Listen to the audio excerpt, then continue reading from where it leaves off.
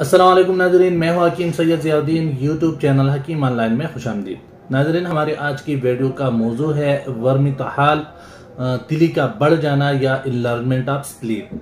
नाज़रीन, अल्लाह ताला ने इंसानी जिस्म में कोई आज़ू भी बगैर मकसद के पैदा नहीं किया। जिस तरह गुर्दे, जिगर और दिल, दिमाग वगैरह जिस्म में मुख्तलिफ काम सर अंजाम देते हैं, इसी तरह तिली भी इंसानी जिस्म का एक अहम आज़ू है। कदीम अदबाए कराम तिली को आज़ाए रईसा में शुमार करते थे।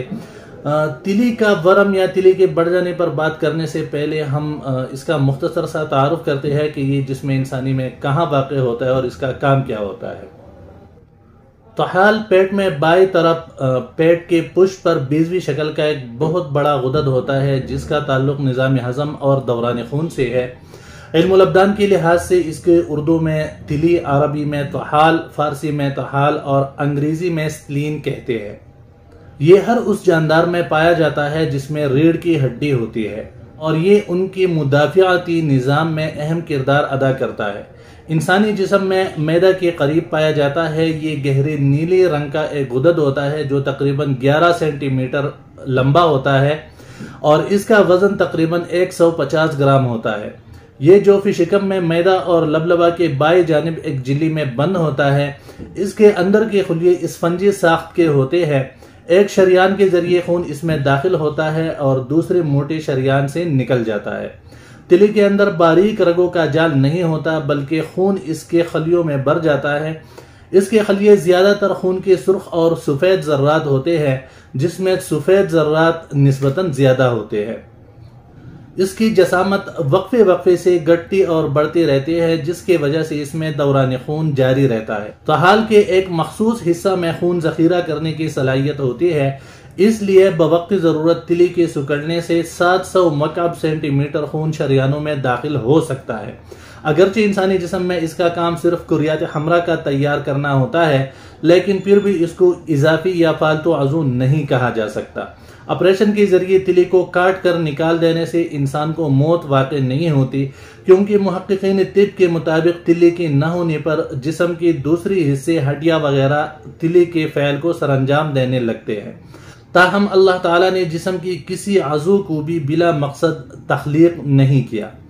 तिली इंसानी जिस्म में खून की सफाई का काम भी सरअंजाम देता है। तिली के बढ़ जाने या वरम पैदा होने की सूरत में निज़ाम हज़म मुतासिर होता है और जिगर का फ़ैल भी कमज़ोर होता है।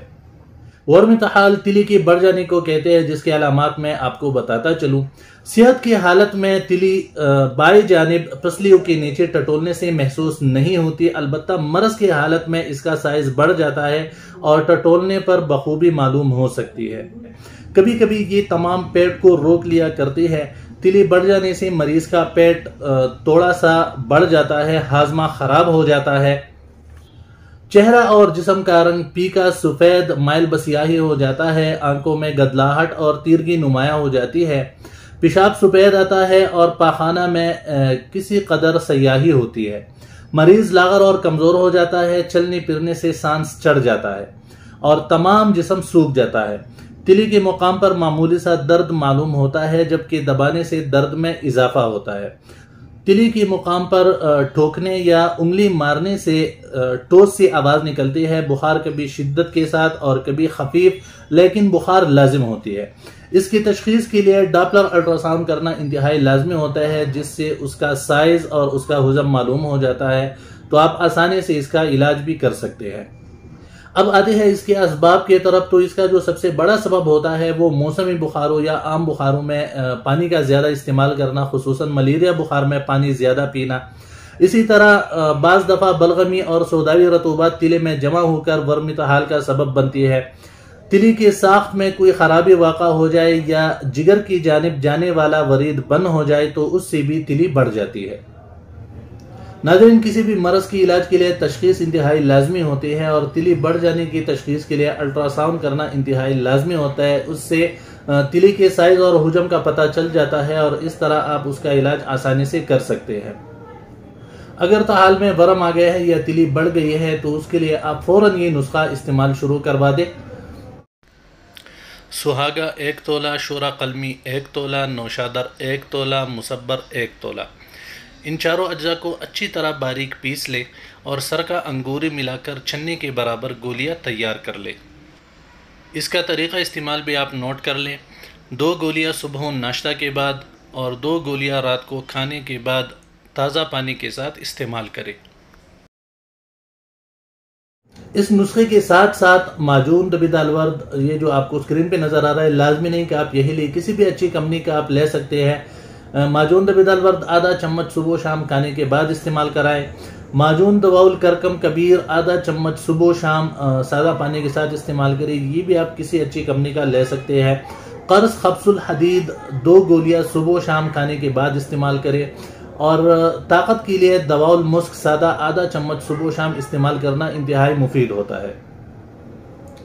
नाज़रीन, इस मर्ज में मरीज को भूख से कम करना चाहिए और खाने में भी सिर्फ बकरी की गोश्त का शोरबा और सादा चपाती इस्तेमाल करनी चाहिए। इसके साथ अगर पुदीना की चटनी इस्तेमाल करते हैं तो वो भी इंतहाई मुफीद है। इस मर्ज में मूली, इंजीर और खरबूजा इंतहाई मुफीद होते हैं, तो खाने के बाद इन 3 चीज़ों में से कोई एक लाजमन इस्तेमाल करें। इसी तरह परहेज में चिकनी और रोगनी अशिया, मिठाइयाँ और गलीज चीज़ें, आलू, अरबी, कचालू, माश की दाल वगैरह इसमें बिल्कुल इस्तेमाल नहीं करनी चाहिए।